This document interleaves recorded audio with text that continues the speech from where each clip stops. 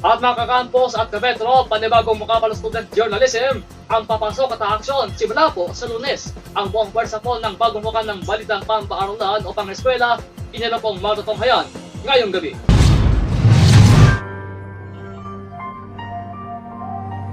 Mapagkamatiwalaan mo ba ang nakalap mong pampaaralang balita? Saan ang patutunguhan nitong nakalap na pampaaralang balita? Ito ba ay totoo o hindi totoo? Paano tayo makasisiguro? Dito tayo sa para sa mag-aaral. Dito tayo sa bagong mukha ang balitang pang-eskwela. Dito tayo sa subok na ng mag-aral. Dito tayo sa umaksyon sa paaralan. Iginagalang at tinutulungan ang mapagmatyag. Responsable sa pampaaralang pamamahayag. Walang bahid ng panlilinlang at pamumulitika. Hindi paggagamit kaninuman.